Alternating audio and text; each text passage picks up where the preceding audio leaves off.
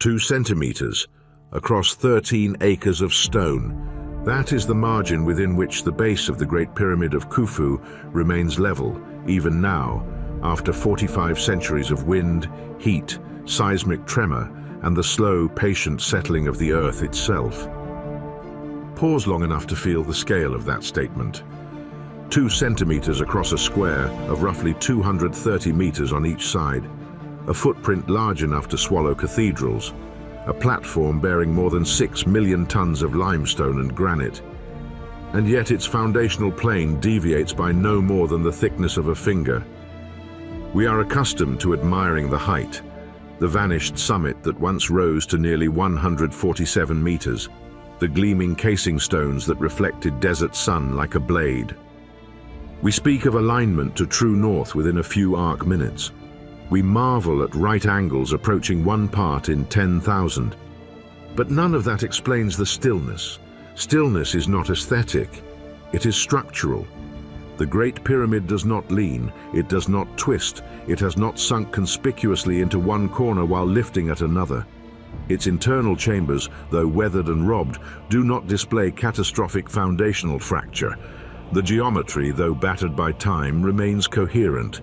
And that coherence is not a matter of stacking skill, it is a matter of contact with the Earth. 6 million tons do not forgive uneven ground, they magnify it. Imagine placing a single sheet of paper beneath one corner of a heavy table. The imbalance is subtle, almost trivial. Now scale that imbalance across a mass weighing millions of tons. What begins as millimeters at the base becomes measurable deviation in height. Angular error accumulates upward. Compression redistributes unpredictably. Stone that was meant to bear weight evenly begins to concentrate stress along unintended lines. In such a structure, the enemy is not gravity alone. It is differential settlement. The Great Pyramid stands upon the limestone bedrock of the Giza Plateau.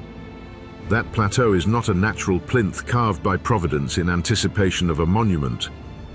It is layered Eocene limestone, stratified, fractured, weathered. The rock rises and falls in subtle undulations across what would become the pyramid's footprint. Bedding planes vary in density. Micro fissures thread through the stone. Some layers are harder, others more friable. Left untouched, such geology is unpredictable under load. If one corner of the pyramid had rested upon slightly weaker strata than another, settlement would not have been uniform.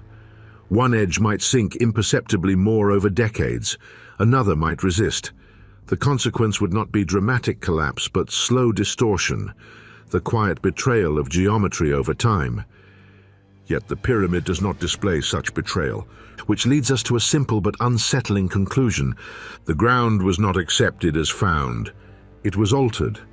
Modern surveys, including the meticulous 19th century measurements of Flinders Petrie and later geological mapping by researchers working on the Giza Plateau, reveal that the pyramid was constructed directly upon prepared bedrock, not sand, not compacted fill, carved limestone. The natural surface was cut down where it rose too high. Depressions were corrected. The builders did not merely clear debris, they reshaped the plateau into a plane. And that plane is astonishingly precise. To appreciate the magnitude of that achievement, consider contemporary construction tolerances. Modern concrete slabs for large industrial facilities may aim for flatness within a few millimeters over several meters, but across 230 meters, achieving uniform level within 2 centimeters demands laser instrumentation, optical levels, continuous calibration, and heavy machinery. Even then, engineers fight creep, thermal expansion, tool error, and survey drift. Now remove electricity, remove steel, remove digital measurement. Replace them with stone tools, copper implements, cords, sighting rods, human vision, and the physics available to anyone willing to observe it. The comparison is not romantic, it is uncomfortable, because it suggests that the foundational plane of the Great Pyramid was not approximate, it was controlled. There is persuasive evidence that shallow trenches were cut around the intended perimeter and filled with water. Water establishes its own horizon. It does not slope by opinion. It does not exaggerate or minimize error. It simply rests at level. If you carve a channel encircling a massive square and flood it, any point of rock protruding above that horizontal reference becomes visible against the still surface. Workers can then remove high spots until the stone conforms to the waterline. The method is slow. It requires patience. It requires repeated verification. But it is precise. Physics becomes instrument, and once a reference plane exists, every subsequent stone course depends upon it. The visible perfection of the pyramid, its straight edges, its symmetry, its stable ascent, is an expression of something that cannot be seen once construction begins. A disciplined surface that refuses to deviate. Here is the tension. The upper courses of the pyramid are dramatic. They rise toward the sky. They speak of ambition, of celestial alignment, of power. But none of that would matter if the base beneath them were even modestly unstable. If the foundational plane had been off by more than a few centimeters, the error would not simply remain at the base. It would tilt the entire structure. The alignment to cardinal directions would skew. The casing stones would not meet cleanly at the edges. The corners would fail to maintain right angles under compression. Precision above is impossible without precision below. And so the true engineering feat of the Great Pyramid may not be the raising of blocks to staggering heights. It may be the quiet, relentless act of disciplining the earth. Consider the psychological dimension of that labor. Before a single visible course was laid, there would have been months, perhaps longer, of work that produced nothing monumental to the eye. No rising walls, no ascending mass, only rock being shaved, inspected, corrected, over and over. The builders were not yet constructing a symbol. They were constructing a reference. This is not the glamorous part of architecture. It is the part that modern observers rarely imagine. Yet without it, the spectacle never materializes. And the statistics refuse to soften. Level within roughly 2 centimeters across 13 acres. Side lengths differing by less than 20 centimeters over 230 meters. Corners forming near-perfect right angles. Such figures are not compatible with casual groundwork.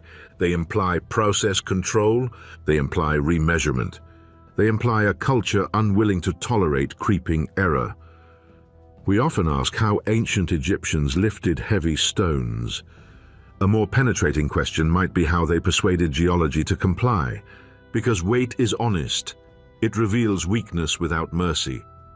If the plateau beneath Khufu had been even modestly compromised, 6 million tons would have announced that fact across centuries. Instead, the monument remains composed. Its stillness is not passive. It is evidence. Evidence that before the first block rose toward the desert sky, something deeper had already been achieved. Something that required foresight, patience, and an understanding that geometry cannot float on uncertainty. So we arrive at a moment of quiet significance. The pyramid's perfection above ground is not the beginning of the story. It is the consequence. Beneath it lies a decision to reshape natural rock into a calibrated plane, to establish a standard against which all subsequent work would be judged, to ensure that the earth itself would not distort intention. And this leaves us with a final unsettling thought. If such care was required before the visible monument could exist, what else had to be established, socially, intellectually, structurally, before the first stone ever touched that leveled bedrock? What foundation, unseen and undocumented, made this discipline possible? The stillness of the pyramid is not silence. It is a question waiting beneath 6 million tons of stone. Stand upon the Giza Plateau at dawn, before the tour buses arrive, and the illusion is almost convincing. The desert appears level. The horizon runs clean and uninterrupted. The Great Pyramid of Khufu rises from what seems at first glance a natural stone terrace, a ready-made foundation awaiting its monument. But the plateau is not flat. It never was. Beneath the pyramid lies Eocene limestone, formed roughly 50 million years ago when this land was submerged beneath a shallow sea. Layer upon layer of marine sediment hardened into rock, each stratum preserving subtle differences in density, grain, and cohesion. Some beds are compact and durable. Others are softer, more fractured, more vulnerable to stress. Geology is rarely uniform. It is a memory of time. Across the pyramid's footprint, some 230 meters per side, the bedrock undulates. It rises gently in places, dips in others. Natural fissures thread through the limestone. Bedding planes tilt imperceptibly. Hairline fractures, invisible to the casual observer, divide the rock into zones of slightly different strength. To the eye, these variations are trivial. To 6 million tons, they are decisive. When weight descends upon stone, it does not distribute itself abstractly. It seeks resistance. It compresses where the rock is weaker. It transfers load towards stronger zones. And if one region yields even slightly more than its neighbor, the result is not immediate catastrophe. It is distortion. This is the true adversary, differential settlement. Imagine a perfectly rigid block placed upon ground that compresses unevenly. One corner sinks a millimeter more than the others. That is all. A millimeter, less than the thickness of a coin. Insignificant. Not when multiplied by height.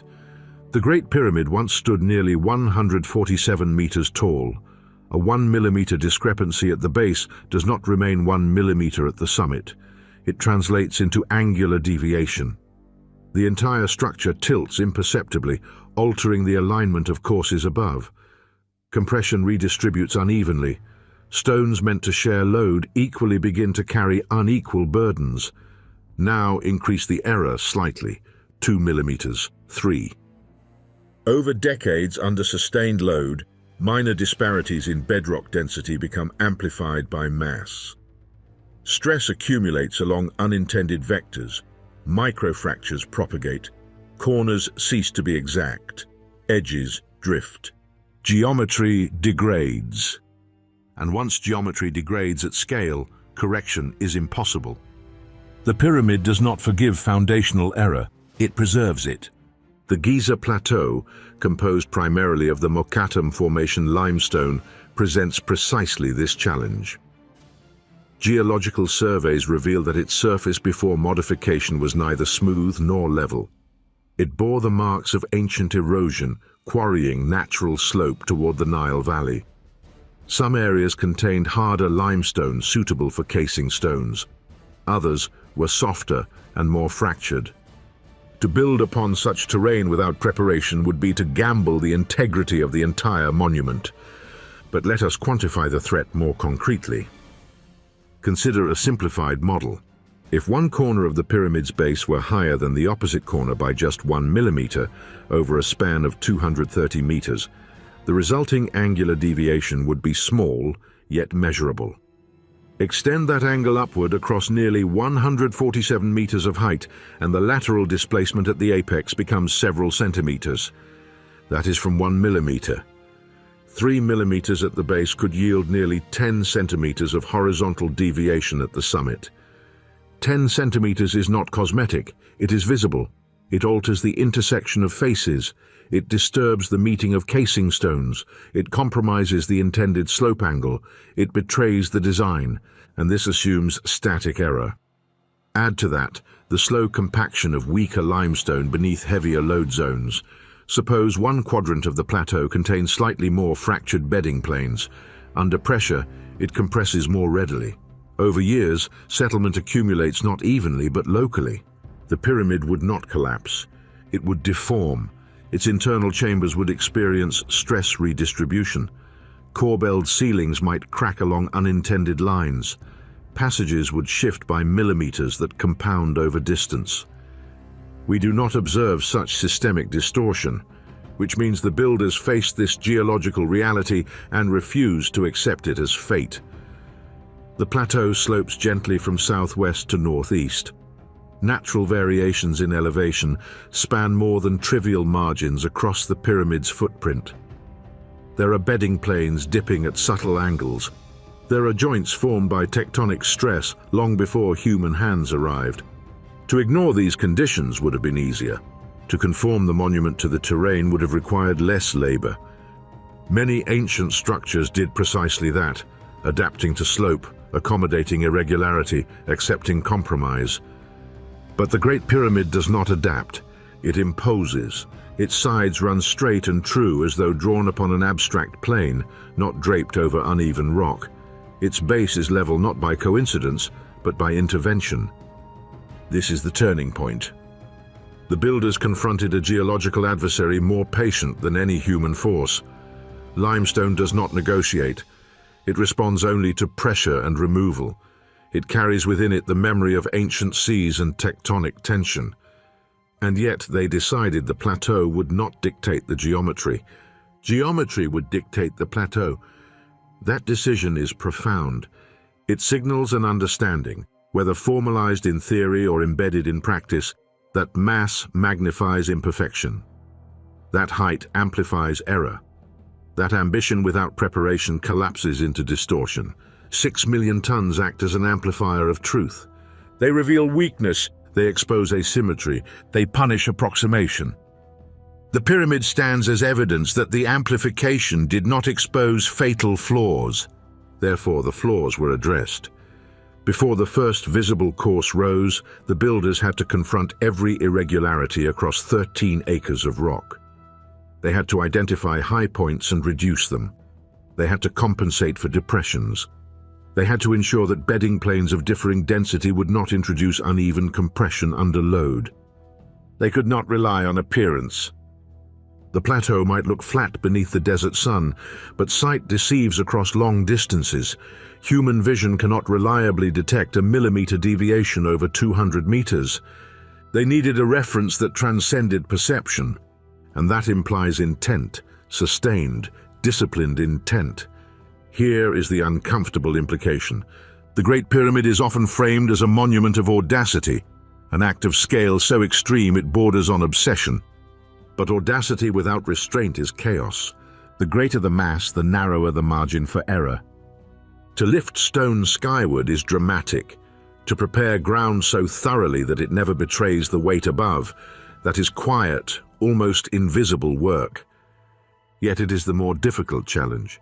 For the plateau was not empty desert, it was layered time, fractured, tilted, subtly unstable in its natural state. The adversary was beneath their feet, and they did not ignore it, and they studied it, they cut into it, they disciplined it, which leaves us at a moment of tension that deepens rather than resolves. If the Giza Plateau was inherently uneven, if its limestone layers were fractured and subtly sloped, and if even a millimeter of uncorrected error could compound into visible deviation at the summit, then what exactly did they do to the Earth before daring to place the first block upon it? How did they transform unpredictable geology into a plane capable of supporting near-perfect geometry for 45 centuries? The answer lies not above ground, but carved into the stone itself, where the desert was forced into obedience. There is a moment in every great undertaking when intention ceases to be abstract. A line drawn in dust becomes a cut in stone. At Giza, that moment arrived not when the first limestone block was set, but when tools first bit into the plateau itself. They did not bend the design to the terrain, they bent the terrain to the design. Long before the visible mass of the Great Pyramid of Khufu rose against the sky, the surface beneath it was stripped, cut, and disciplined. Archaeological surveys and geological mapping of the pyramid's footprint reveal unmistakable signs of human intervention in the bedrock. Chisel marks, cut channels, shaved shelves of limestone where natural rises once stood. The Giza Plateau was not a convenient table of stone awaiting a monument. It was a rough, stratified expanse of Eocene limestone, rising and dipping across what would become a 13-acre square. Left untouched, those variations would have dictated compromise, walls slightly out of true, angles adjusted to suit slope, a monument conforming politely to the earth. Instead, the earth was compelled to conform to geometry. In some areas beneath the pyramid's base, protruding limestone was cut down to meet a predetermined level. In others, depressions were filled or trimmed to match a common plane. The evidence is not speculative. It is visible in the exposed bedrock around the base and in the documented surveys conducted over more than a century. The surface we see today at the pyramid's edges is not entirely natural. It is curated geology. Imagine the scale of that act. 230 meters per side, more than 5 hectares of rock. Not soil that can be shoveled or sand that can be raked flat, but limestone that must be chipped, dressed, shaved with persistent labor. There were no hydraulic excavators, no rotary cutters, no diesel engines to grind through resistant strata. Only copper tools, stone pounders, human endurance. And yet the outcome, measured thousands of years later, remains level within roughly 2 centimeters across the entire base. To achieve that result, the builders first had to decide that natural irregularity was unacceptable. That decision marks a threshold. Many ancient structures are impressive in scale yet forgiving in their foundations. They accommodate slope. They settle into terrain. They accept the slight distortions imposed by uneven ground. The Great Pyramid does not. Its base is not draped across the plateau like fabric over stone. It is imposed like a rule. Survey data indicate that portions of the natural bedrock were quarried down by as much as several tens of centimeters to create a uniform surface. Quarry scars beneath the footprint suggest that the plateau was actively reshaped, not merely cleared. The builders identified high points and removed them. They did not average them out by piling stone above. They eliminated the discrepancy at its source.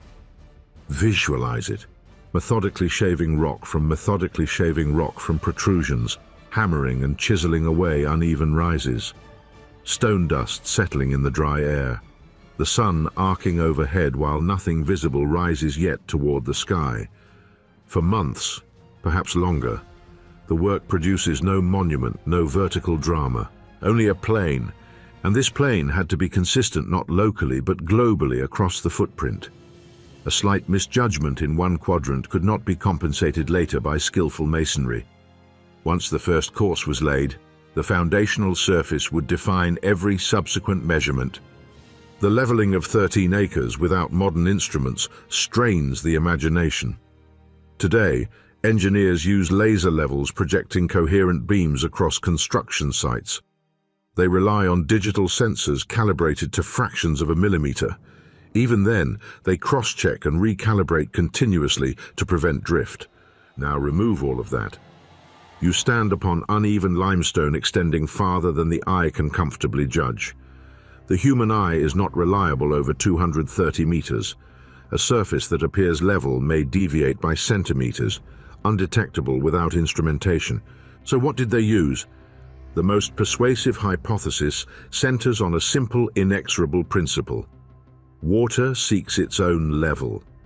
Evidence from the plateau suggests that shallow trenches were cut along the intended perimeter of the pyramid's base. These channels could have been filled with water, creating a horizontal datum that does not depend on guesswork or visual estimation. Water does not lie. If a channel encircles the footprint and is flooded, any point of rock rising above that horizontal reference becomes immediately apparent. Workers can then remove the excess stone until the surface aligns with the waterline. The method is slow, but its authority is absolute. Picture it carefully. A rectangular trench outlining the future pyramid, perhaps only a short depth carved into limestone. Water carried from nearby sources and poured into the channel. The surface settling into stillness. A line drawn not by string or shadow, but by gravity itself. From that line, measurements radiate inward. High points are shaved, low points adjusted. The plane expands from perimeter toward center, verified repeatedly against the unarguable horizon of water. No lasers, no optical levels, only physics. If you find yourself picturing modern survey crews with tripod-mounted instruments and blinking red beams, remember, the ancients had access to the same gravity that we do. They understood that water offers a horizontal reference independent of human bias, and once established, that reference becomes the arbiter of correction. There is another revealing detail. At the center of the pyramid's footprint, a natural bedrock knoll was left partially intact. Rather than quarrying the entire area flat, the builders integrated this central rise into the structure's core. That decision introduces complexity. If the surrounding plateau is cut down to a specific level, the central knoll must either be reduced to match or carefully measured relative to the artificial plane. It cannot remain an uncontrolled protrusion. Its height must harmonize with the surrounding surface. This implies that leveling was not merely peripheral. It extended across the entire footprint, accounting for natural variation and integrating it into a unified foundation. The result is not simply a flattened field of stone, it is an engineered interface between monument and geology. Here lies the deeper significance. They did not accept terrain as constraint, if they redefined it as material. The plateau ceased to be background and became component. But even this invites a further question, one that intensifies as we consider the scale involved. To level 13 acres within 2 centimeters is a feat even today requiring rigorous verification. Over such a distance, a minor misreading at one end can propagate into measurable deviation at the other. How did they ensure consistency across 230 meters? How did they prevent cumulative error from creeping in as work progressed from one quadrant to another? How do you measure level across a distance where the curvature of the Earth itself introduces subtle differences in sightlines and where human perception cannot reliably detect millimetric variation? Standing upon that artificial plane today, it is tempting to imagine that it simply emerged through persistence. But persistence without reference breeds drift. The Earth was carved, high points were shaved, an artificial plane was imposed upon ancient limestone. Yet the true challenge lies not merely in cutting stone, but in knowing when to stop cutting, in knowing that the surface has reached the intended level and not overshot or undershot it by imperceptible degrees. Without modern tools, what standard did they trust? What invariant reference guided their chisels? The plateau was altered, but by what measure was it judged complete? Before mathematics was written in symbols, it was written in behavior. And few behaviors are more faithful than water finding its own level. Stand beside a still pool at dawn. The surface reflects the sky not because it is polished, but because it is obedient. Gravity acts upon every droplet equally. No corner rises in defiance, no edge sags in preference. The surface becomes an expression of the Earth's pull, pure, impartial, exact. Now imagine carving a shallow channel around a square more than 230 meters on each side. Imagine flooding that channel. In an instant, the desert possesses a horizon. Not a guessed horizon, not a sighted approximation, a physical fact. This is the quiet genius that may have guided the builders of the Great Pyramid of Khufu. The leveling precision of the pyramid's base, within roughly 2 centimeters across 13 acres, demands an instrument. Not necessarily a device of metal or glass, but a reference that cannot drift with opinion. Water provides that reference. There is persuasive archaeological reasoning that perimeter trenches were cut into the limestone of the Giza Plateau around the intended footprint of the pyramid. These channels, shallow yet continuous, could have been filled with water to create a horizontal datum encircling the construction area. Water does not slope unless acted upon by force. It does not exaggerate error. It does not compress under minor variation. It rests where gravity demands. If the trench encircles the square, then any point of bedrock rising above the waterline is too high. Any point falling below may need to be raised or adjusted in relation to the established plane. In effect, the builders could transform geology into a measurable field. Visualize the scene carefully.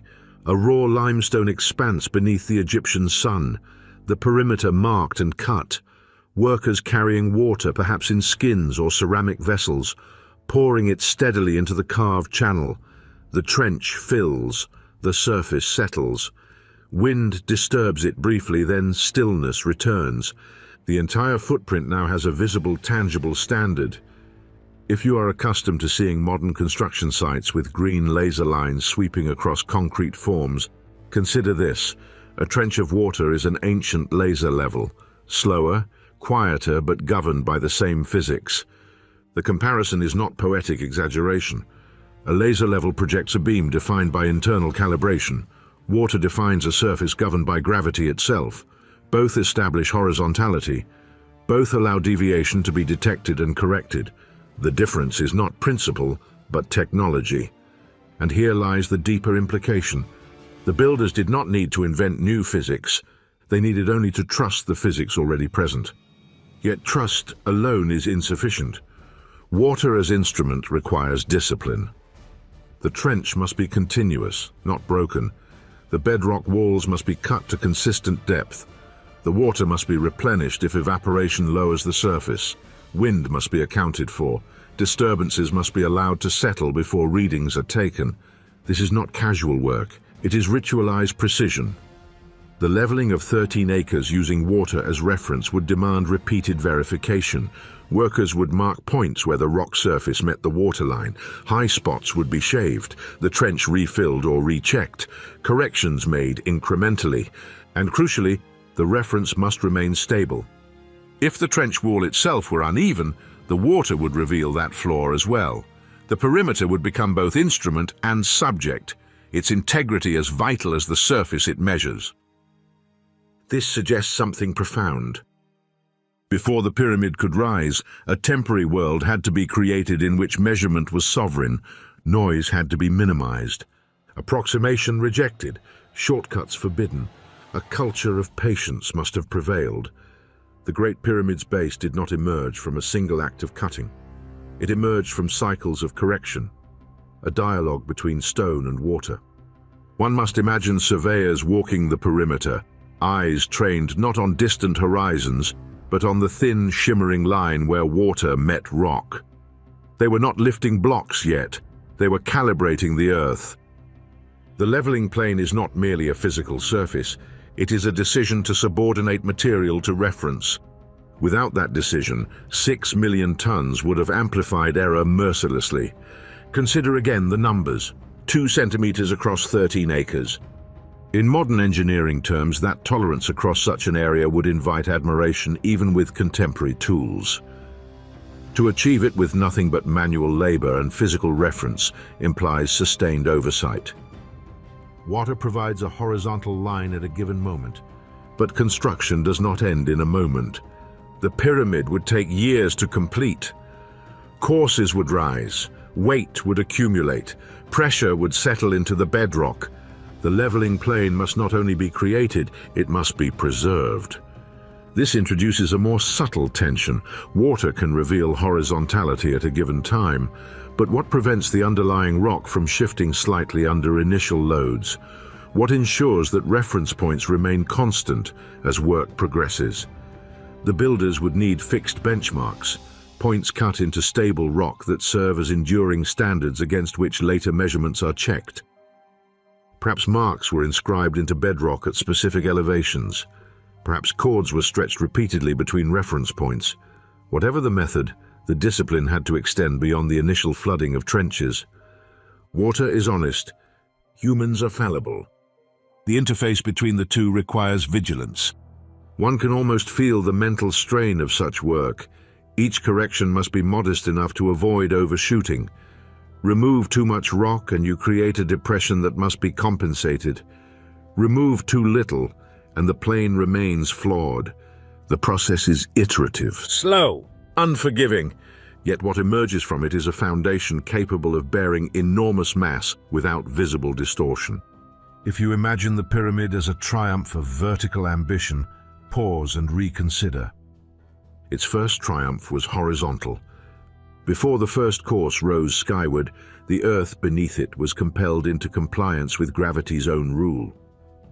The waterline became judge and mentor. It taught the stone where to yield. And once the plateau was disciplined into a plane, geometry above could proceed with confidence. But there is a quiet fragility embedded in this method. Water reveals level in an instant. It does not guarantee permanence. Leveling is a moment of truth, a snapshot of horizontality at the time of measurement. The pyramid would take decades to complete. As its weight accumulated, as seasons changed, as heat expanded stone and night cooled it again, how was that original plane safeguarded against subtle drift? How do you ensure that the reference established by water remains authoritative years later, when trenches are dry and courses are rising? Creating level is one act. Maintaining level over time is another. And it is there, in the preservation of reference, that the true test begins. Leveling the plateau was not an act of erasure, it was an act of selection. When the surface had been disciplined to a plane and the perimeter obeyed the waterline, one feature remained rising from the center, a natural knoll of limestone, older than the monument that would surround it. The builders could have removed it. They had already demonstrated the will to shave stone wherever geometry required it. Instead, they chose to leave it in place and build around it. This was not convenience, it was a decision. At the heart of the footprint of the Great Pyramid of Khufu, the bedrock rises several meters above the leveled surroundings. Today, within the descending passage and certain substructures, exposed limestone reveals that the monument does not sit entirely atop laid blocks. It grips the plateau itself. The pyramid is not merely resting on Giza, it incorporates Giza. Why preserve that central mass of rock? On the surface, the answer seems practical. Removing thousands of cubic meters of limestone would have required immense labor for no visible gain. Leaving the knoll intact meant less quarrying, less transport, less time spent pulverizing solid bedrock into fragments only to replace it with quarried blocks. Estimates suggest that integrating the central outcrop may have saved tens of thousands of tons of stone. Even a modest knoll, rising 3 to 5 meters across a significant central area, could account for many thousands of cubic meters. In a structure containing roughly 2.6 million cubic meters of material, that reduction is not trivial. It represents labor deferred, sledges unpulled, copper tools spared. But efficiency alone does not explain the choice. There is structural logic embedded in the decision. A natural bedrock core provides anchoring. Instead of resting entirely on laid masonry, the innermost mass of the pyramid bonds directly to the plateau. The weight of the upper courses does not distribute solely across placed blocks. It transfers in part into solid, unbroken limestone, continuous with the earth below. This is not unlike rooting a tree. A structure entirely composed of stacked elements relies on friction and compression. A structure tied into bedrock gains an additional kind of stability, geological continuity, yet the choice introduces complexity. A flat, uniformly leveled base presents one plane of reference. A protruding central knoll creates another. The builders now faced a dual-plane calibration challenge. The perimeter surface had been established with meticulous horizontality. The central rock mass had to be measured relative to that plane, not merely left as it stood. If the knoll rose too high, it would disrupt the geometry of internal passages and chambers. If too low, the benefit of anchoring would diminish. It could not remain a natural irregularity. It had to be integrated into a precise architectural scheme. This required careful trimming. The top of the knoll was shaped to align with the intended internal layout. Passages were cut directly through it. Walls met it cleanly. It became both obstacle and foundation, shaped but not obliterated. Imagine the calibration required. Surveyors standing on the leveled perimeter, measuring inward toward the central rise. They must translate the water-established datum across open ground, verifying that the knoll's height corresponds exactly to the intended structural layers. Remove too much rock from its crown, and the alignment of corridors shifts. Remove too little, and the first courses of stone will not seat evenly against it. The presence of the knoll means that leveling was not a one-dimensional task, completed at the edges and forgotten. It had to be reconciled with a three-dimensional feature at the center. This is the first structural trial. The builders were no longer merely imposing geometry onto a flat surface. They were negotiating between imposed plane and inherited mass, between the perfection of a measured horizon and the stubborn reality of ancient limestone formed millions of years earlier. And there were risks. Natural bedrock is not uniform. It contains fissures, bedding planes, variations in density. Integrating it into the core meant trusting its integrity. If fractures extended unpredictably, they could transmit stress differently than laid masonry. If hidden weaknesses existed, they would be sealed within the monument itself. Why accept that uncertainty? Perhaps because the benefits outweighed the risks. Solid bedrock does not shift the way individual blocks might. It cannot be displaced by minor settlement between courses. It resists differential compression. By tying the pyramid's center to the plateau, the builders may have reduced the likelihood of long-term sagging or rotational stress. There is also symbolism embedded in the act. To leave the knoll is to acknowledge the land, not merely conquer it. The pyramid does not float above Giza, it grows from it. The boundary between natural and constructed blurs. The monument becomes less an object placed upon the earth and more an extension of it. Yet symbolism would not have justified structural compromise. The alignment of the base still demanded fidelity to the established plane. The knoll summit had to harmonize precisely with the first courses of limestone blocks radiating outward. One can picture the moment when the first ring of blocks met the shaped bedrock core. Stone against stone, quarried against primordial. The joint had to be exact. Any gap would magnify upward through thousands of courses. Any misalignment would echo through corridors and chambers yet to be cut. This integration also alters how we understand the pyramid's mass. When we speak of 6 million tons, we often imagine that weight as entirely transported. Yet part of the monument's volume is older than human intention. It is the plateau itself drafted into service. The saved volume is significant.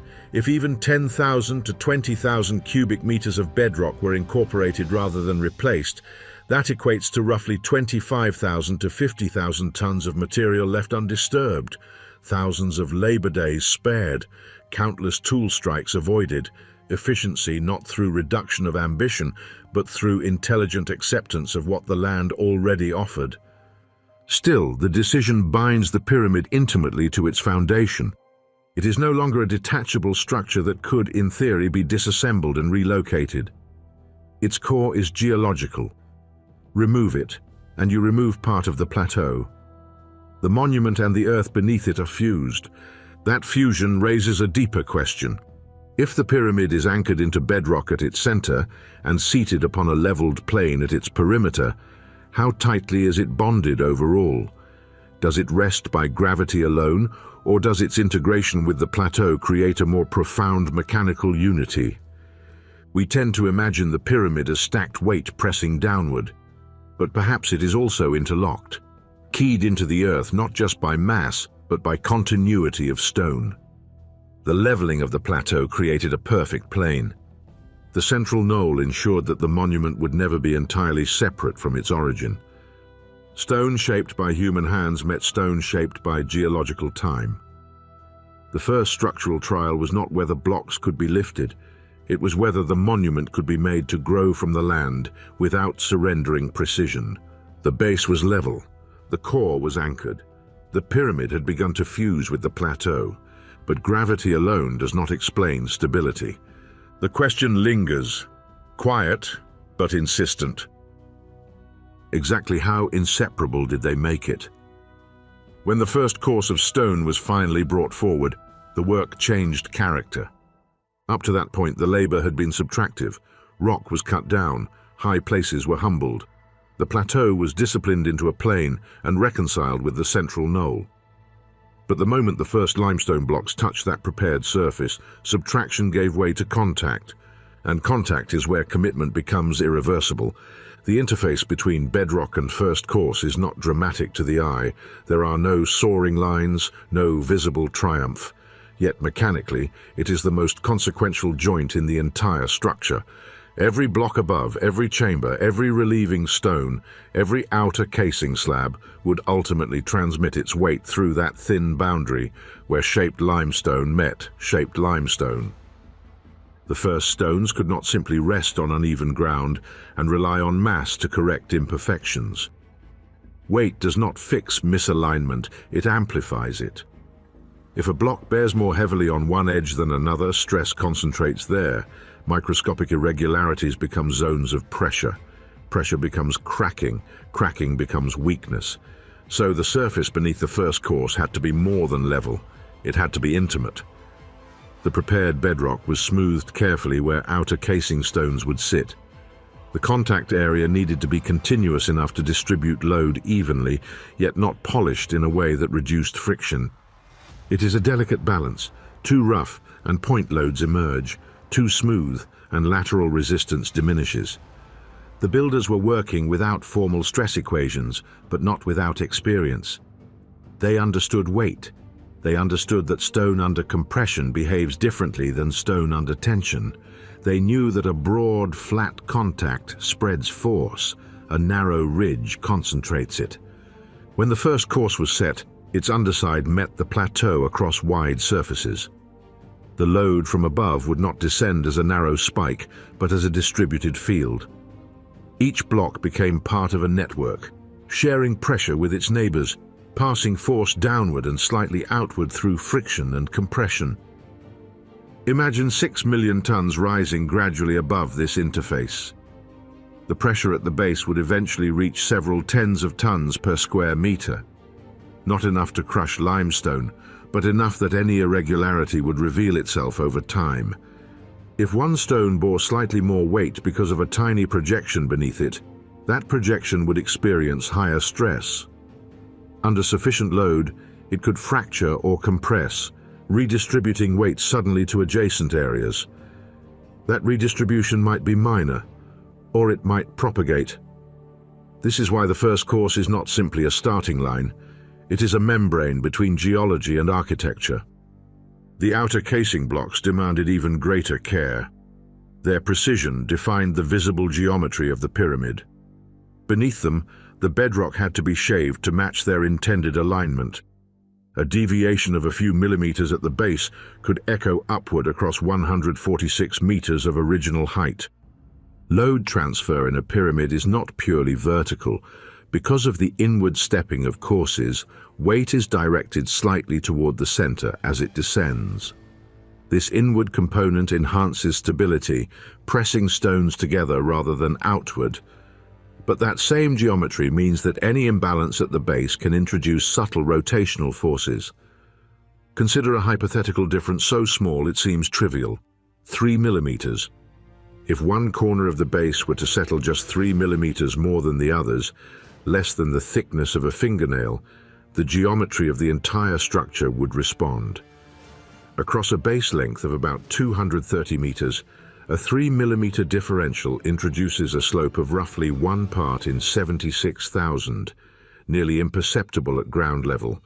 Internal passages, calibrated to precise internal passages, calibrated to precise angles, would deviate. Stress distribution along the lower courses would no longer be uniform. One quadrant would bear marginally greater compressive force. 3 millimeters seems harmless, yet stone under constant load does not forget imbalance. Over decades, centuries, millennia, minute differences accumulate consequences. Compression can cause slight creep. Blocks may adjust microscopically. Mortarless joints depend entirely on precise fit and gravity's even hand. The builders appear to have anticipated this. The remarkable survival of the structure suggests that the base was not merely level at the moment of construction, but uniformly supportive. Stress concentration was avoided not through brute mass alone, but through preparation. There is something almost tender about this phase of the work. After reshaping the plateau and integrating the central knoll, the act of placing the first course required patience rather than force. Each block had to seat fully.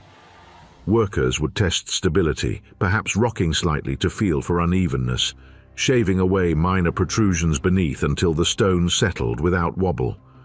Contact had to be complete, because once the second course was placed, correction became exponentially more difficult.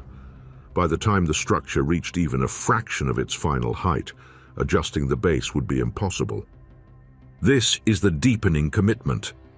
The pyramid ceased to be a plan and became a weight-bearing reality. Every new layer increased the consequence of every decision made below. And still, the question lingers like a fine crack in stone. Even with meticulous leveling, even with careful smoothing and distributed load, what happens if time introduces its own subtle asymmetry? What if thermal expansion, minor subsurface variation, or unseen geological shifts cause one corner to settle slightly more than another? 3 millimeters is enough to shift alignment. 5 might begin to concentrate stress measurably. 10 could initiate visible cracking. The pyramid stands today because those thresholds were never meaningfully crossed. But as the courses rose and the mass accumulated year after year, the builders could not know the future with certainty. They could only trust their interface, the bond between first stone and bedrock, to behave as intended. Gravity would test it relentlessly. And gravity is patient. Gravity is patient, relentless, and indifferent. It does not negotiate. It does not pause. Every ton of stone presses downward without hesitation, and beneath it, the earth responds in silence. Over time, that response can become a threat, subtle yet inexorable, the quiet adversary of any monument that reaches for the sky. Even when a base appears perfectly level, the rock beneath it is not uniform. Limestone, though seemingly solid, varies in density, in bedding, in microscopic fractures. Some zones compact more readily under stress, others resist. These variations are minute, almost imperceptible, yet when multiplied across thousands of cubic meters of stone, they introduce what engineers call differential settlement, the uneven descent of portions of a structure under load. In modern terms, consider a skyscraper. Even with steel reinforcement and poured concrete, engineers calculate expected settlement over decades. Foundations are designed not merely to support weight, but to distribute it evenly to prevent tilting or uneven strain that could buckle walls or misalign critical systems. They monitor soil composition, water table levels, and compressibility. Even then, subtle adjustments or correction mechanisms are planned to accommodate what nature inevitably imposes. At Giza, there was no concrete, no steel beams, no modern soil surveys or hydraulic lifts. Only the plateau's natural limestone, some layers dense and resistant, others fractured and more compressible. The builders had to understand, empirically, observationally, with repeated trials, how 6 million tons would bear upon it over decades and centuries. Differential settlement is silent. It does not announce itself with drama. It accumulates invisibly, millimeter by millimeter, as micro-compressions adjust the underlying rock. At first, the effect is negligible. A block might tilt a fraction of a degree, a course might press slightly harder on one edge, but the force multiplies upward. A minor deviation at the base translates into misalignment above. Angles, faces, corridors, all can warp without intervention. Time itself becomes a structural adversary. Heat, night cooling, seasonal changes in humidity, even subtle tectonic shifts, all influence limestone behavior. A depression that did not exist during construction may appear decades later, an almost imperceptible bowing in the foundation. Gravity exploits every inconsistency, every weak point. This is why the survival of the Great Pyramid is extraordinary. The precision observed today, the level base, the true north alignment, the perfectly intersecting faces, is evidence of preparation so meticulous that it neutralized differential settlement before it could manifest. It is a silent victory against a relentless force. Every millimeter of alignment above ground required anticipation of millimeters below ground, over decades, over centuries. Even small errors could compound disastrously. If one corner of the pyramid were to sink more than its neighbor by just a few millimeters, the apex could shift laterally by several centimeters. Stress concentration could occur along internal chambers, threatening their integrity. Exterior faces could warp, disrupting the meeting of casing stones and altering angles critical to both structural stability and the monument's geometry. The builders had no modern sensors to monitor settlement. They relied on repeated measurements, controlled placement, careful selection of which bedrock to preserve and which to cut or shave. The central knoll, integrated into the core, likely served as a stable anchor, reducing potential movement at the heart of the structure. Surrounding courses were distributed over leveled, disciplined bedrock to prevent localized overloading. The effect is that the pyramid itself became a self-monitoring structure. Mass pressed evenly where it needed to, friction between courses absorbed minor inconsistencies, and geometry resisted lateral drift.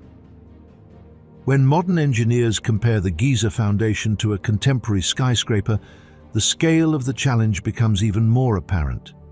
Today, a 70-story building may sit on piles driven tens of meters into bedrock. Engineers monitor settlement over years, compensating where necessary with post-tensioned cables or adjustable columns. At Giza, the pyramid sits directly on the plateau, without augmentation, yet shows no evidence of differential settlement, large enough to misalign its courses by more than a few centimeters, over 4,500 years. Time itself was an enemy, but one that the builders anticipated and mitigated. The survival of the structure is a testament not to luck, but to knowledge encoded in labor, observation, and method. They could not prevent gravity. They could only respect it, accommodate it, and design with it as a constant presence. And yet, the pyramid above ground, the striking perfection of its faces and apex, is not simply a matter of horizontal level. Leveling solves only part of the challenge. To maintain the fidelity of angles and slopes, to ensure that each course aligns precisely with the intended plan, requires more than a flat base. The precision of geometry itself becomes critical. The angles between faces, the intersection at corners, the inclination of ramps and internal chambers, all must account for the underlying mass and its subtle behavior under pressure. The silent killer, gravity, never rests. It acts on every stone, every joint, every interface. And the pyramid's integrity is proof that every potential failure was foreseen and neutralized before a single course rose high enough to reveal error. Precision above ground demands precision below. The moment the first course made contact, the battle with settlement was already won or lost. And while we admire the soaring faces, the true triumph is hidden, etched into the limestone beneath. A victory over forces that operate unseen, patient, and unrelenting. The question, unavoidable and persistent, emerges as one contemplates the next layers. If leveling and load distribution were mastered, how did the builders ensure that each ascending course maintained perfect angular fidelity? The pyramid's visible geometry hangs in delicate balance, dictated not only by the level of the base, but by the precision of every angle, every slope, throughout the entire structure. At the foundation of the Great Pyramid, precision was not simply a question of horizontal level. A base can be flat, but a flat square alone does not produce perfection. Geometry demands more. Angles must meet exactly, corners must align, sides must remain true over distances that stretch longer than 2 football fields. The margin for error is minuscule, and the margin for cumulative error is almost non-existent. Measurements conducted in the modern era confirm what generations of surveyors have marveled at. The corners of the pyramid deviate from a perfect right angle by only around 45 arc-seconds. The side lengths, extending roughly 230 meters, differ by less than 20 centimeters. To achieve this level of accuracy by chance is statistically staggering. If one attempted to place 4 points randomly on the desert floor and call the result a perfect square, the odds against success are astronomical. Yet this square was not the work of randomness. It was imposed, controlled, and verified by human intention, working hand in hand with physics itself. The challenge begins at the corners. Any slight misplacement of a single point at the foundation propagates throughout the structure. A small angular error magnifies as the pyramid rises. By the time the monument reaches half its height, a deviation of a few arc minutes at the base can produce a horizontal offset of several meters at the apex. The implication is clear. To secure the apex with near imperceptible deviation, the base must be more than level. It must be geometrically exact. Surveyors today can detect these deviations with sophisticated instruments, but the ancient builders had none of these conveniences. They had no theodolites, no total stations, no laser theodolites projecting beams across hundreds of meters. What they did have was a deep understanding of observation, triangulation, and iterative correction, tools of the mind and body sharpened by practice and necessity. One critical concern is maintaining squareness during leveling. The four corners must not only lie on the same horizontal plane, they must form precise right angles. If one corner drifts even slightly while the perimeter is being leveled, the entire geometry is compromised. The distance between corners may remain correct, but the angle is wrong, producing a subtle skew that only becomes visible much later, after hundreds of courses have been laid. The builders had to ensure that each stage of leveling preserved both horizontal and angular integrity simultaneously. The perimeter trench filled with water, the waterline, offers a partial solution for horizontal leveling. But horizontality does not automatically ensure squareness. Additional techniques must have been employed to control the angles. Measurements from corner to corner, from midpoint to midpoint, repeated across quadrants, would allow the detection of deviation. Using cords or sighting rods fixed at known points, workers could form geometric triangles, comparing lengths and angles repeatedly until satisfaction was reached. This is an exercise in patience and discipline. One misstep, one cord left slack, one misread line, and the angular fidelity could falter. Every step builds upon the last. Each block placed is a test of previous work. Angular drift begins at the foundation, imperceptible in its initial stages, but cumulative over the thousands of courses that follow. Unlike a modern building with adjustable beams or expansion joints, the pyramid cannot be corrected from above. Any misalignment set at the base is carried upward, multiplied, and eventually locked in by gravity itself. The statistical improbability of this achievement is staggering. Consider that each corner could have been misplaced by a few centimeters during measurement. Factor in human error, temperature fluctuations, wind, slight subsurface compression, and cumulative error across hundreds of steps. Yet the corners of Khufu's pyramid remain astonishingly true. Modern researchers estimate the likelihood of achieving this exactitude purely by chance to be vanishingly small, on the order of 1 in millions. This precision is not an accident. It is a testament to rigorous methodology and sustained oversight. To maintain this control, the builders likely employed a combination of triangulation, repeated verification, and physical benchmarks cut into the bedrock. They could have set fixed points at each corner, elevated and carved into stone, providing reference markers against which to measure continually. As the leveling progressed, these benchmarks would serve as immutable anchors, preserving both level and angular fidelity. The iterative process would involve checking distances between corners, confirming diagonals, and adjusting the surface until each point satisfied the geometric requirements. Even with careful planning, the task remained fraught with risk. Minute errors at one corner could propagate unevenly, twisting the alignment of one side relative to the others.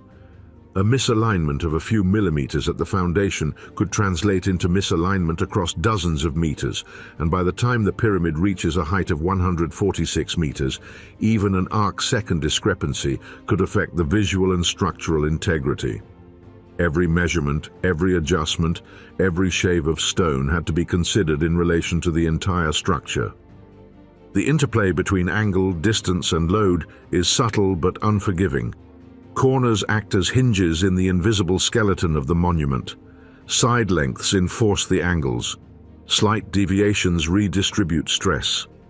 Geometry, level, and mass are intertwined. A failure in one dimension reverberates across the others.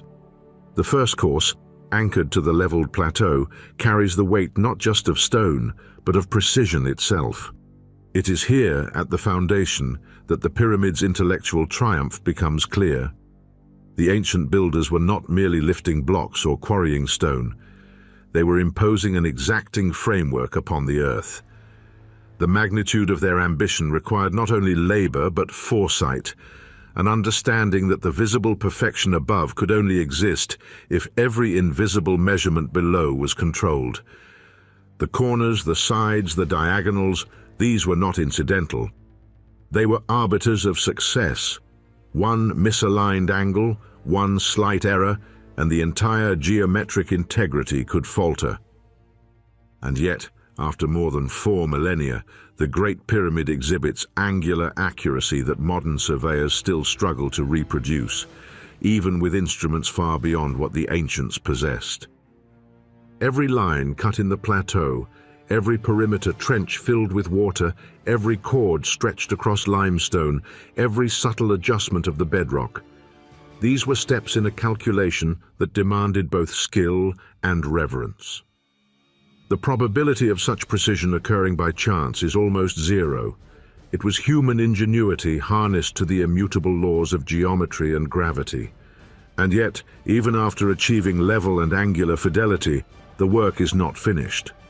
Measurement must be maintained over time. The base is stable, but construction stretches across decades.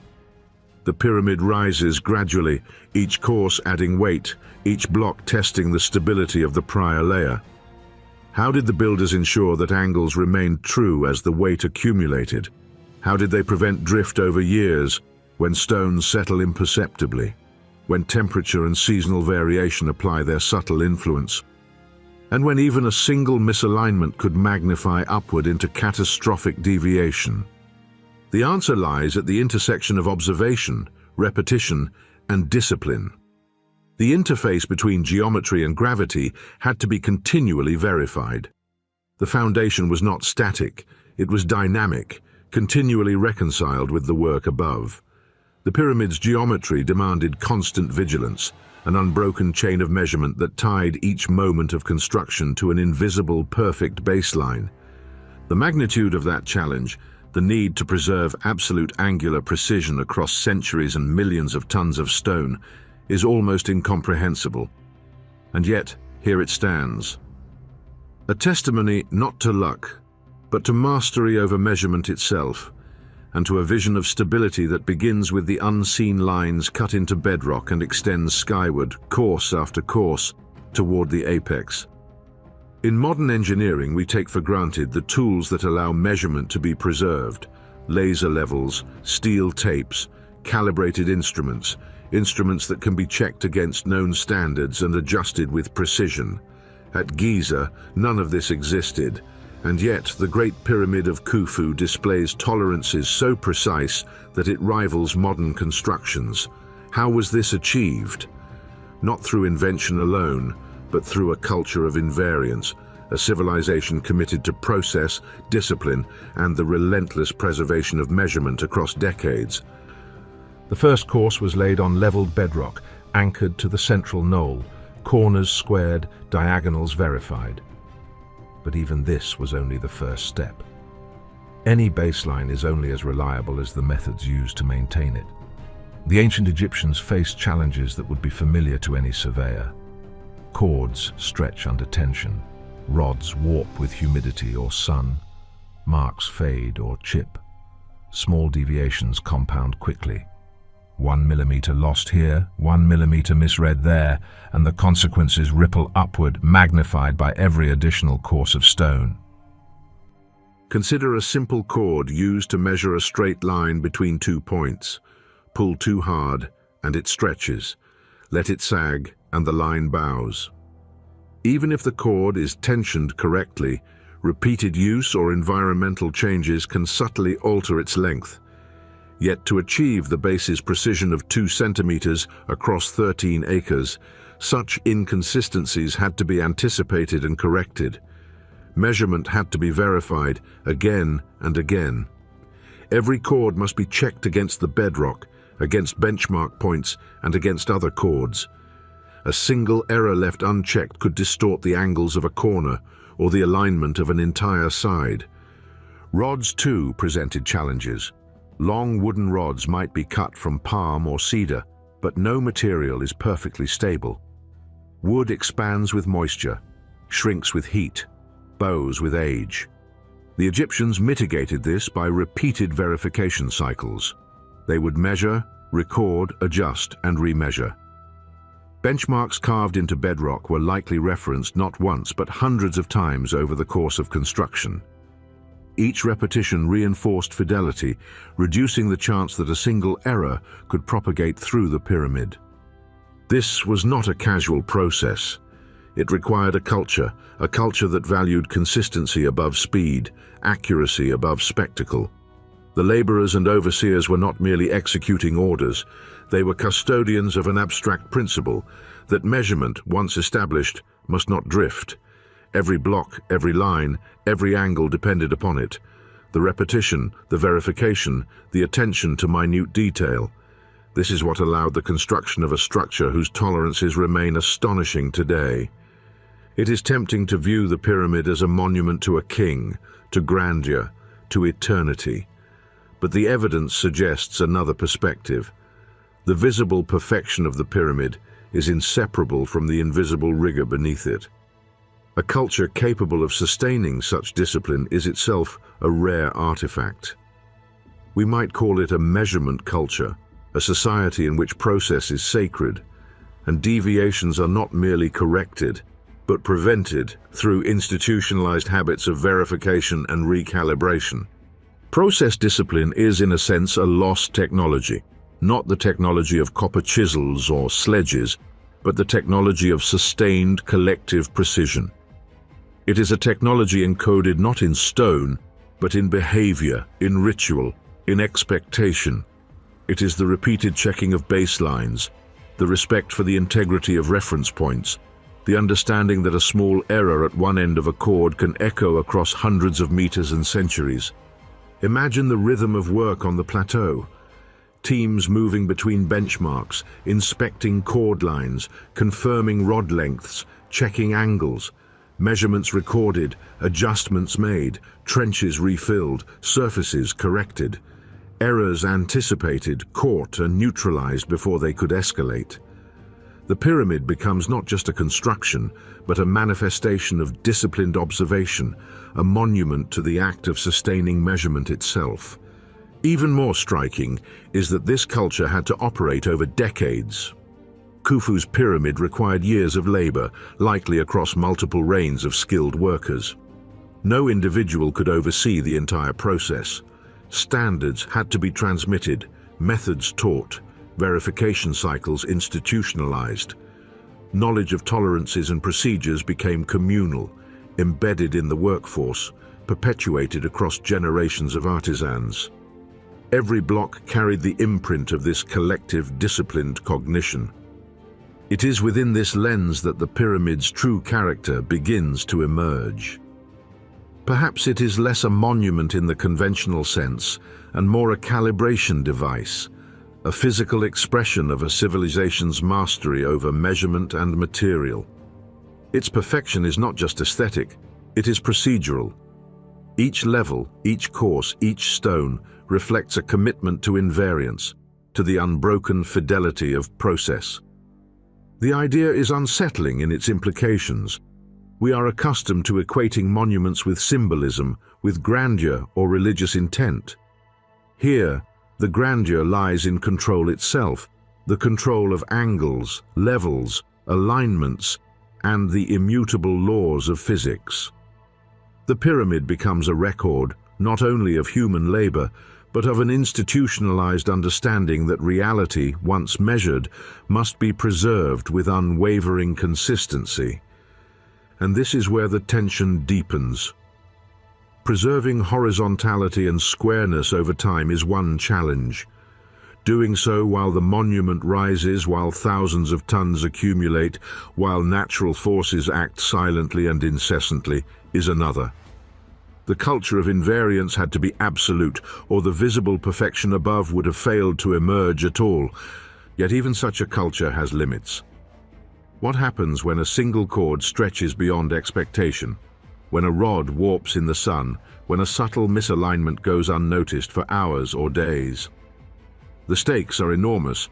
Each minor deviation, if left unchecked, threatens the integrity of the entire monument. Maintaining process control is not merely about precision, it is about survival, about ensuring that the physical expression of knowledge endures. The pyramid teaches that technology is not confined to tools or materials. Process itself is a form of technology, one that requires understanding, discipline, and continuous engagement. The true marvel of Khufu's pyramid may lie less in the stone and more in the culture that produced, maintained, and enforced its invisible standards. And so, as the first courses rise and the structure begins to assert itself in 3 dimensions, the question lingers, subtle yet profound. If the visible perfection of the pyramid is inseparable from the unseen discipline of its makers, then could the monument itself be read not merely as a tomb or a symbol, but as a testament to a civilization's mastery over process, precision, and the unforgiving laws of reality? At the heart of the Great Pyramid, the distinction between the monument and the earth beneath it begins to blur. The plateau is no longer a passive platform. It is an instrument, a calibrated surface designed not merely to bear weight, but to participate actively in the stability of the structure above. The limestone bedrock, disciplined, shaved, and leveled, does more than support. It becomes part of the system, a silent partner in the preservation of geometry and the distribution of immense forces. The first courses sit upon this surface with almost imperceptible intimacy. Each block is a messenger of load, transmitting force into the bedrock. The mass of the plateau itself absorbs, diffuses, and redistributes these forces, acting as a vast natural spring, rigid yet forgiving enough to neutralize minor inconsistencies in the stonework. Unlike modern foundations, which rely on pilings or concrete slabs to manage compression, the pyramid uses the geological memory of eons, the inherent stability of lithified sedimentary rock, to achieve what is effectively a self-leveling, self-correcting base. Compression is neither vertical nor uniform. As each course is laid, weight flows downward through a complex network of stones, converging toward the core and dispersing toward the corners. The plateau ensures that this network remains coherent. Variations in density, minor fractures, and natural contours of the limestone are accounted for consciously or through iterative trial, so that stress does not concentrate but spreads evenly. The earth itself, shaped and disciplined by the builders, becomes a distributed load-bearing structure, amplifying the resilience of the pyramid rather than diminishing it. This integration is subtle, almost invisible, yet it is critical. The plateau is more than a foundation, it is a tool. In modern engineering, we consider foundations instruments, carefully designed surfaces that allow buildings to withstand earthquakes, soil creep, and settling. At Giza, the builders did not construct a separate instrument. They co-opted one that had existed for millions of years, shaping it to exacting standards and then marrying it to their architecture. The pyramid and plateau together function as a single structural system, inseparable, symbiotic. By comparison, later pyramids illustrate what happens when such discipline is abandoned. At Maidum, for instance, the outer casing collapsed catastrophically. The cause is still debated, but structural analysis suggests insufficient attention to bedrock preparation, overambitious layering without a perfectly disciplined base, and perhaps a lack of integration with the natural geological features. The very foundation that had stabilized Khufu's pyramid was missing or compromised. The result is instructive. Without careful engagement with the earth beneath, Weight becomes a liability, not a stabilizer. The Great Pyramid demonstrates that structural integrity is not a property of the stones alone. It is a property of the relationship between stones, geometry, and earth. The plateau absorbs irregularities, compensates for minor misalignments, and locks the system into stability. The knoll at the core, the carefully leveled perimeter, the smoothed contact surfaces, all are part of a single apparatus designed to resist the silent, persistent force of gravity over millennia. Even the subtle differences in limestone density become tools rather than hazards. Slightly softer stone compresses under load, distributing pressure to adjacent blocks. Harder sections resist overcompression. In this sense, the bedrock acts as a living instrument, reacting predictably under stress, shaping the monument's endurance. It is a marriage of human intention and geological history, one that produces not only stability but precision at a scale that is almost incomprehensible. The pyramid, then, is not simply a structure built on Earth. It is a structure in conversation with the Earth. The forces of gravity, weight, and mass are not opposed, but harnessed. The plateau, disciplined to a plane and integrated with the core, ensures that every ton contributes to the monument's fidelity rather than undermining it. This is a level of sophistication rarely seen in human history, an understanding that the environment itself can be harnessed as a tool for precision. Yet this realization carries a sobering implication. Later pyramids, such as those at Dashur, do not replicate this level of discipline. Casings collapse, angles drift, and structures that should have endured show early failures. When the calibration of the foundation is less exact, when bedrock is ignored or inadequately prepared, the system becomes fragile. The lesson of Khufu is unmistakable. Structural success is not merely about lifting stone. It is about commanding the interface between human design and geological reality. In essence, the plateau transforms from passive bed into active instrument. It sets the conditions for alignment, absorbs and distributes force, and preserves angular integrity across thousands of tons of material. Each stone rests not just on stone, but upon a foundation of time itself, sculpted to respond predictably to pressure and load. The pyramid's visible perfection is inseparable from this invisible system, a testament to a civilization capable of seeing the Earth itself as part of its machinery. And as one contemplates the monument rising above the plateau, it becomes clear that this is no mere tomb. It is a demonstration of mastery over both material and environment, a lesson in precision that begins in the invisible depths of the bedrock and echoes through every course, every chamber, every perfectly aligned casing stone. The question, ever present, lingers in the silence between blocks. If the plateau itself can act as an instrument, a calibrated surface integral to the pyramid's survival, what consequences unfold when future builders fail to replicate this union of geology and architecture? The history of later pyramids offers glimpses, but the magnitude of Khufu's achievement, a structure inseparable from the earth beneath it, stands alone. After Khufu's pyramid, the story of Egyptian construction takes a subtle but telling turn. The foundations of later pyramids, while ambitious, betray the absence of something invisible yet indispensable. Precision declines, angles deviate, casings crack, corners fail to meet as they once did. It is as though the meticulous discipline that underpinned the Great Pyramid had been diluted, weakened, or forgotten, leaving successors to contend with forces they no longer fully controlled. The evidence is clear. At Medum, the outer casing collapsed, the underlying courses exposed. At Dashur, in the Bent Pyramid and the Red Pyramid, inclinations shift slightly, corners no longer meet at the razor-edge accuracy seen on Giza. The cause is not merely engineering arrogance or stone quality, it is the loss of process rigor, the erosion of baseline fidelity, the failure to preserve the invisible systems that guarantee visible perfection. A baseline, once established, is fragile. It is the invisible spine of any structure, a reference that orders mass and geometry alike. If it drifts even slightly, the consequences accumulate. Consider a difference of a few millimeters at the base. At ground level, it seems negligible. Yet as stone is added course by course, that deviation propagates, amplified by the pyramid's height. Angles shift, corners drift. Faces that should converge precisely begin to bow. Small imperfections compound, creating asymmetries that are irreversible once the structure exceeds a certain scale.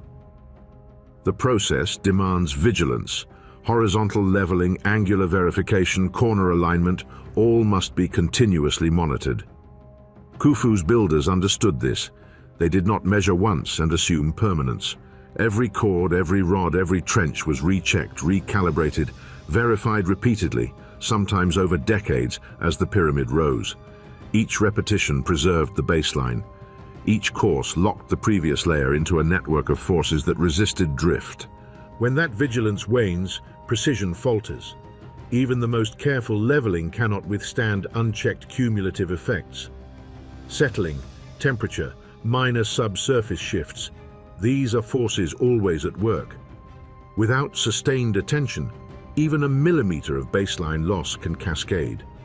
Diagonals deviate, side lengths no longer match, apexes shift. The visible geometry, the measure by which the world recognizes a pyramid as perfect, begins to unravel. This fragility is not simply a matter of stone and mortar, it is a metaphor. Baselines once lost are difficult to recover. Control over measurement reflects control over process, discipline, and the transmission of knowledge. When Khufu's successors reduced the rigor of verification, they did more than compromise structural integrity. They revealed that mastery is inseparable from continuous attention, and that excellence requires a culture capable of sustaining invisible work over decades. The contrast is instructive. Khufu's plateau is disciplined, his bedrock an instrument. Later builders used the same landscape, but failed to integrate it with the same meticulous fidelity. The result is clear in the physical record: deviations in angles, slight irregularities in casing alignment, subtle but cumulative misplacement. These failures are not random.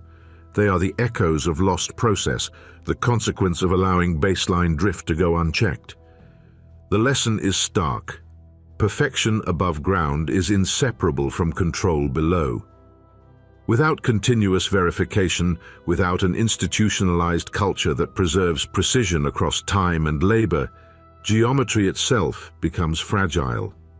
The monument may rise, but its fidelity is transient. Khufu's pyramid endures not because of stones alone, but because the control of measurement was maintained relentlessly. The baselines, once established, were defended. This raises a haunting question. Perhaps the true lost technology of the ancient Egyptians is not copper tools, sledges, or ramps. Perhaps it is something far more elusive: the ability to impose discipline upon process, to maintain invariance over decades, and to ensure that every line, every angle, every benchmark remains inviolate despite the slow, patient forces of time and gravity. Without this discipline, even a structure designed with genius becomes vulnerable. Geometry once compromised cannot be fully restored. A few millimeters here, a few arc-seconds there, and the cumulative error erodes the visual and structural integrity that had been so painstakingly achieved. The baseline is fragile, and the consequences of neglect are profound. Khufu's pyramid is a testament not only to technical skill, but to the relentless preservation of invisible standards. It demonstrates that survival at scale requires mastery not just of materials, but of process itself. Later pyramids remind us that without such mastery, ambition alone is insufficient. Structures crumble, angles drift, and the memory of precision fades. And so we are left with a provocative thought. If the visible monument is inseparable from the unseen discipline, then the greatest loss of all may not be a lack of tools, or manpower, or wealth, but the disappearance of control. the capacity to sustain absolute fidelity to a baseline that defines not just a building, but the very possibility of perfection. The question lingers, sharp and persistent. If the true technology lies in control, then what does it mean for civilizations that lose it? How do the subtle failures of process echo through history, shaping not only monuments but the memory of human capability itself? For 4.5 millennia, the Great Pyramid has existed as both monument and experiment, silently proving the accuracy of every decision made at its foundation. Weight, in this case, is not merely mass. It is evidence, a continuous passive stress test that no human observer could replicate. Every stone presses downward, every course exerts force upon the one beneath it, and yet, despite the relentless pull of gravity, the structure remains stable, precise and upright.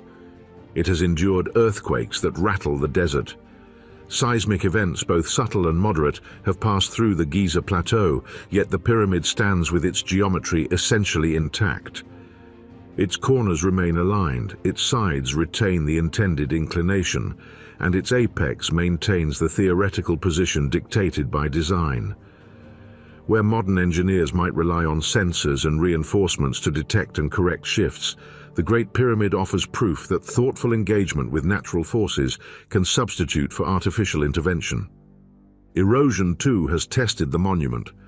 Wind, sand, and occasional rain have worn at the casing stones, yet the underlying structure absorbs and redistributes stress without catastrophic failure. What might have seemed an inevitable deterioration has instead been a long-term demonstration of resilience. Every surviving layer, every intact block, attests to the careful calibration of mass and angle at the moment of construction. The pyramid becomes, in essence, a physical record of force distribution over time, a lesson written in stone and gravity. Even the removal of its outer casing, the very polished Tura limestone that once reflected the sun across the desert, has not compromised structural integrity.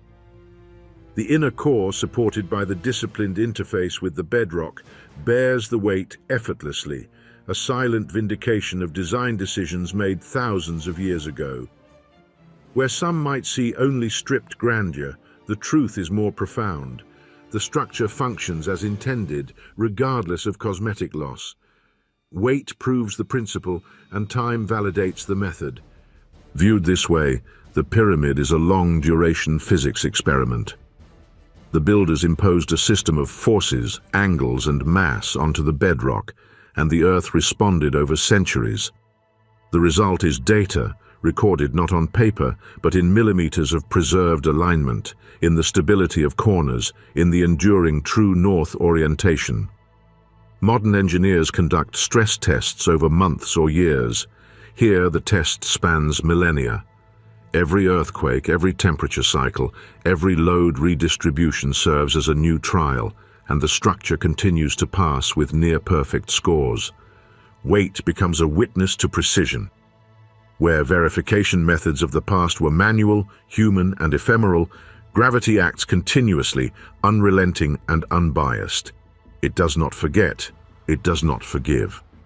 Yet, in the case of the Great Pyramid, it confirms every design assumption, every leveling decision, every geometric calculation made on the plateau.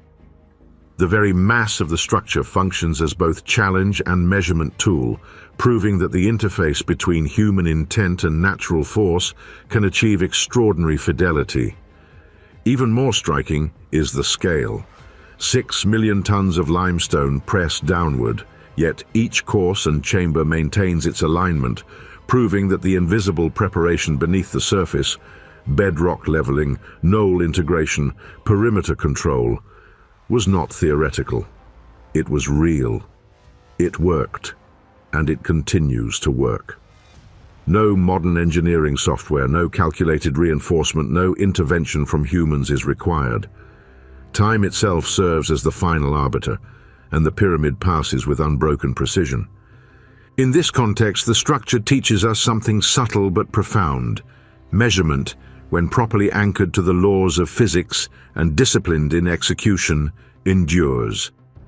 It is not a momentary act, It is a continuous process, validated over centuries, verified by the forces that shape our world.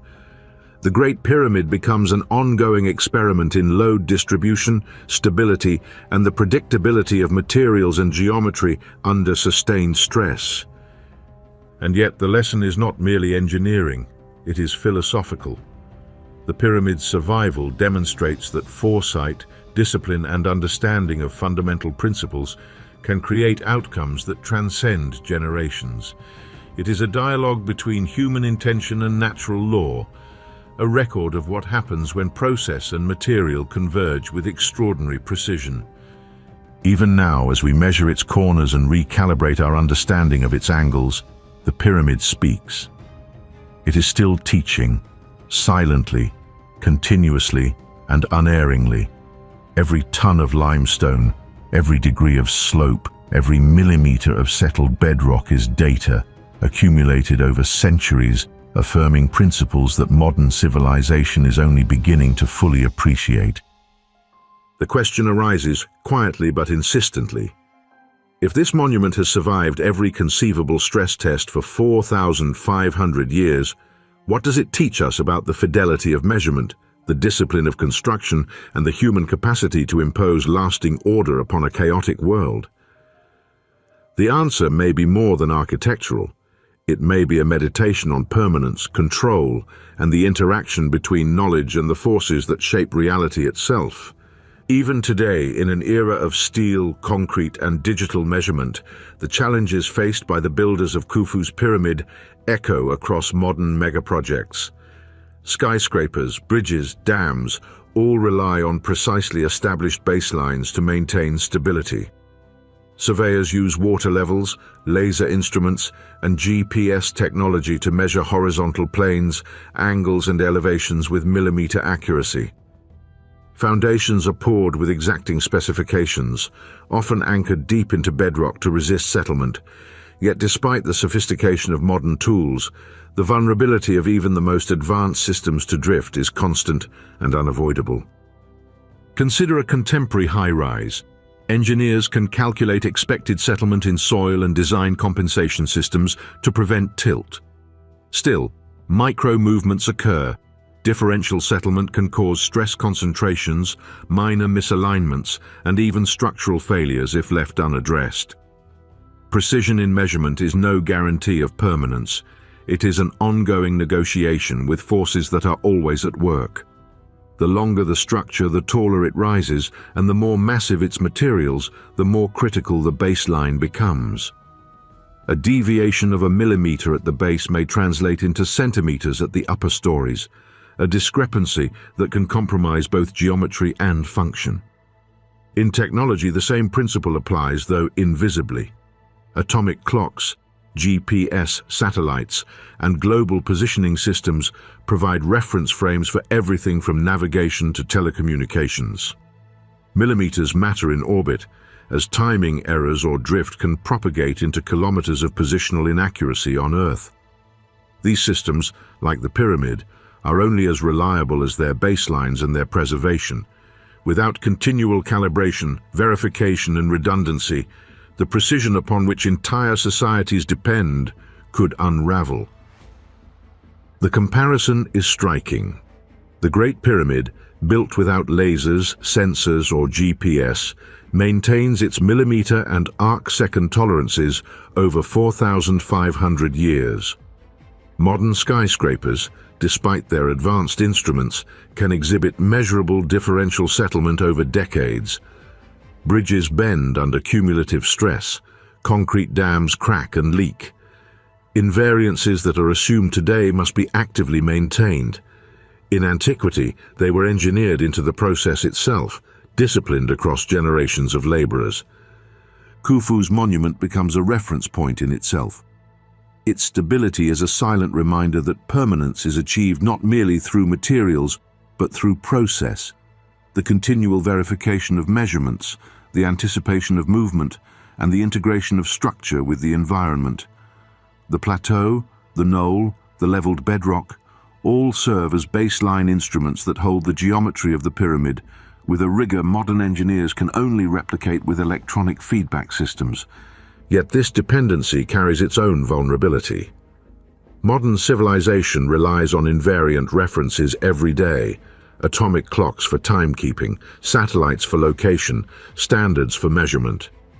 If these references drift, if verification fails, if calibration is neglected, the consequences ripple outward, much as a misaligned foundation affects every course above it in a pyramid. Precision, whether ancient or contemporary, is fragile. It requires sustained attention, oversight, and respect for the underlying laws that govern it. The lesson is unsettling. Across millennia, the same principle governs success. Invariant reference frames must be preserved, or systems fail. The difference is that Khufu's builders achieved this with no digital instruments, no sensor networks, no theoretical models. Yet their result endures with astonishing fidelity. Modern projects, despite all technological advantage, remain vulnerable to drift, settlement, and human error. We are forced to confront a paradox. Millimeter precision can be maintained across 4,500 years when the culture enforces discipline over generations. Yet in the modern world, where instruments provide instantaneous feedback, we still struggle to maintain invariance over decades. It is a sobering reminder that measurement is not a momentary act. It is a sustained process, a continuous negotiation with reality, whether in stone or in silicon. And so the question arises, pressing and uncomfortably familiar. What happens when reference systems weaken? When verification is neglected? When instruments drift? When process is abandoned in favor of convenience? The pyramid remains stable, a monument to rigor. Our modern structures are only as secure as the fidelity we enforce. The stakes are existential, whether measured in stone or in data, in meters of concrete or milliseconds of time. The comparison is humbling. A civilization that maintained baselines with nothing but cord, rod, and observation produced a structure whose millimeter tolerances endure. A civilization with atomic clocks and satellites struggles to prevent deviation over decades. Precision is not inherited, it is enacted, enforced, and protected. And if those protections fail, drift is inevitable. The silent warning emerges. Control over reference frames is the foundation of stability. Whether in ancient limestone or modern steel, in pyramids or GPS networks, the principle remains the same. Baselines are fragile. Precision is conditional, and civilizations that take them for granted may find their structures, their systems, and their understanding of the world subtly but inexorably compromised. The question hovers. If Khufu's pyramid still stands as the ultimate demonstration of sustained precision, what might our modern constructs reveal or conceal about our own ability to maintain invariance across the span of decades, centuries, or longer? Beneath the monumental stone courses of the Great Pyramid lies the true hero of its story, not the pharaoh for whom it was built, not the colossal blocks heaped in geometric perfection, but the invisible labor that shaped the earth itself. The visible pyramid, imposing, elegant, eternal, is a triumph, yes, but it is only the consequence of something far subtler, far more profound: the discipline imposed upon the bedrock. It is here, beneath the first course, where intention meets reality, where human foresight wrests control from chaos. The bedrock was not a passive stage awaiting construction. It was an active participant, disciplined into alignment with the builder's vision. Protrusions were shaved, depressions filled or leveled, and the natural knoll integrated into the core, not merely tolerated but harnessed. This invisible preparation dictated the success of every stone laid above it.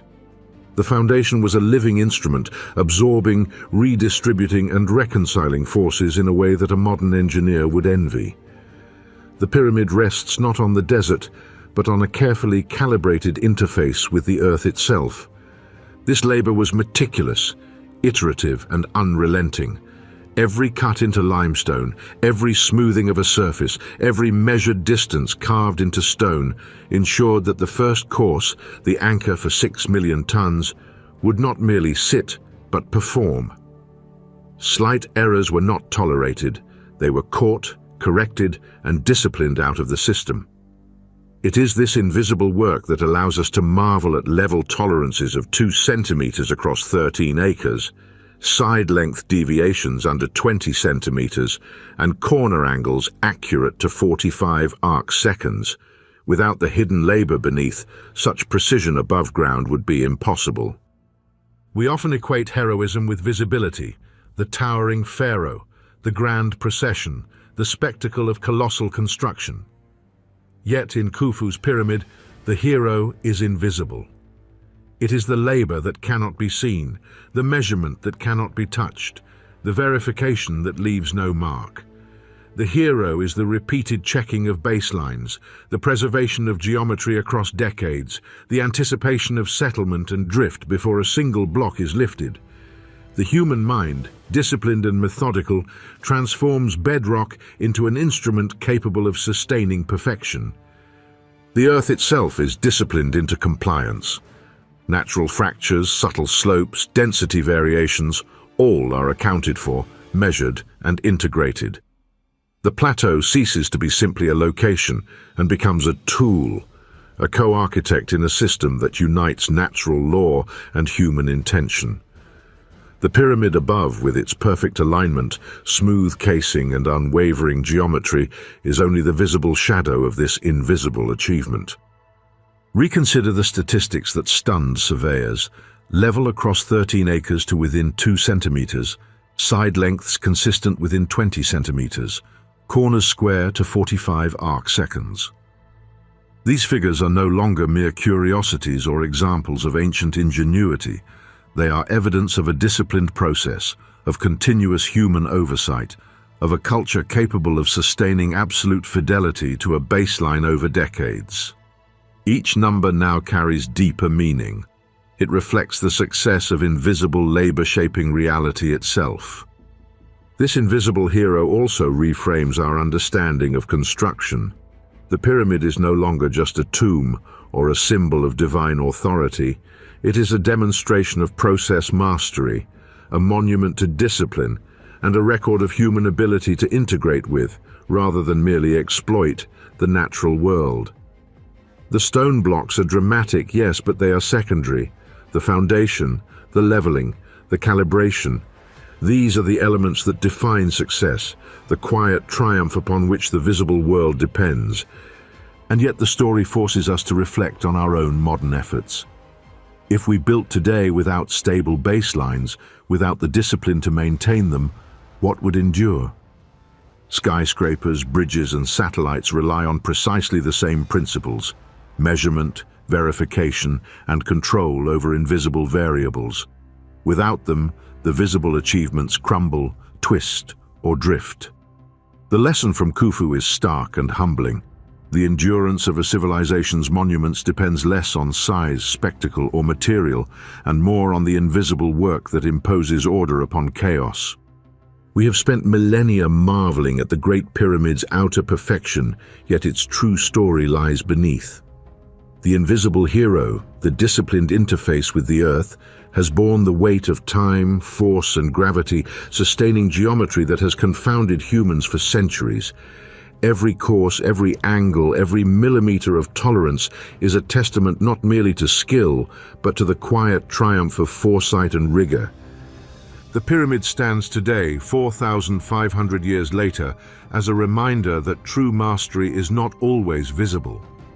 It teaches us that durability, precision, and beauty emerge first in the unseen, in the carefully disciplined interactions between humans and the environment. The earth, when treated as an instrument rather than a passive stage, becomes part of the monument itself, ensuring that vision, once imposed, endures. And so we are left with the enduring question, now sharper than ever. If we were to build today without stable baselines, without the culture of verification and discipline that Khufu's builders exemplified, what would endure? The stone would remain, perhaps, but would it bear the weight of millennia? Would it resist time, gravity, and entropy with the same quiet, unyielding precision? The answer lies in the invisible hero, the silent labor that transforms Earth into instrument and human intention into permanence. The final lesson of the Great Pyramid is subtle, almost imperceptible. It is not the story of colossal stones defying gravity, nor of human ambition reaching for the sky. Those narratives, dramatic though they are, miss the point. The true achievement lies elsewhere. It lies in constraint, in discipline, in the deliberate obedience to principle rather than impulse. The pyramid does not merely rise, it demonstrates the mastery of process, frozen and immutable. Every course of limestone, every angular decision, every millimeter of tolerance above and below ground is evidence of a civilization enforcing fidelity upon reality itself. The plane beneath the sky is what matters. The bedrock, shaved and leveled, integrated into the central knoll, disciplined through repeated verification and careful calibration, becomes more than foundation. It becomes reference. The plateau, once passive, is now active, a tool, a canvas, an instrument upon which the visible pyramid rests. The structure is not a monument of ambition, but a manifestation of constraint obeyed, of rules observed with unflinching rigor. In this, it transcends architecture and becomes philosophy in stone. Consider the consequences. A civilization that understood the power of a preserved baseline could achieve what seems impossible: millimeter precision across 13 acres, angular fidelity to 45 arc-seconds, alignment with true north to within fractions of a degree. These are not feats of brute force, but of method. It is the enforcement of invisible order that allows visible perfection to emerge. The pyramid teaches that control, discipline, and repeated verification can triumph over the chaos of natural forces, over the relentless pull of gravity, over the erosion of time itself. This lesson extends far beyond Giza. Civilizations rise not by ambition alone, but by the discipline to measure, to verify, and to preserve standards across generations. The Great Pyramid is a lesson in stability, in endurance, in the invisible structures, intellectual, procedural, and geological, that support the visible world. The beauty, the height, the sheer spectacle are the consequence of mastery beneath the surface, of fidelity maintained over decades, and of a culture capable of sustaining this commitment. And yet, this teaching carries a warning. Every system, no matter how sophisticated, is only as strong as its baselines. If reference frames drift, if calibration falters, if discipline is abandoned, structures fail. History is littered with evidence. Later pyramids collapse, modern buildings tilt, bridges sag, and technologies drift from their intended positions. Stability depends on persistence, on the continuous enforcement of invisible rules. The pyramid reminds us that what survives is not necessarily what is largest or most ambitious, but what is disciplined, verified, and held in line with immutable principles. Now, when we look upon the Great Pyramid, we see it differently. Height is no longer the defining measure. Scale is no longer the story. Instead, we perceive a plane of reference, of control, of carefully preserved intention. The visible monument is the shadow of invisible work, of geological compliance, of measurement that endured through centuries. The majesty is not in the stones themselves, but in the network of constraints that allowed 6 million tons to sit in perfect harmony, untouched by time or nature. The plane beneath the sky is the real gift of Khufu's builders. It is both foundation and message, that permanence is not achieved through ambition alone, but through process, discipline, and the respect for the laws that govern both matter and measurement. The pyramid becomes a meditation on stability, on the consequences of drift, and on the human potential to impose enduring order upon the natural world. And finally, the philosophical question remains, haunting and open-ended. If our baselines drift, if the invisible structures we rely upon falter, what in our world will remain standing? The answer is not in grandeur or scale, but in the unseen discipline we cultivate, the invisible planes we shape, and the fidelity we preserve. Khufu's pyramid endures because the plane beneath it was disciplined, verified, and maintained with unyielding rigor. Perhaps in understanding this, we glimpse a path to building not only monuments but civilizations capable of surviving the passage of millennia. Thank you for joining us on this extraordinary journey through the universe on frontiers of infinity. If this glimpse into the unknown has sparked your curiosity, be sure to subscribe and join us where we unravel the darkest mysteries of space.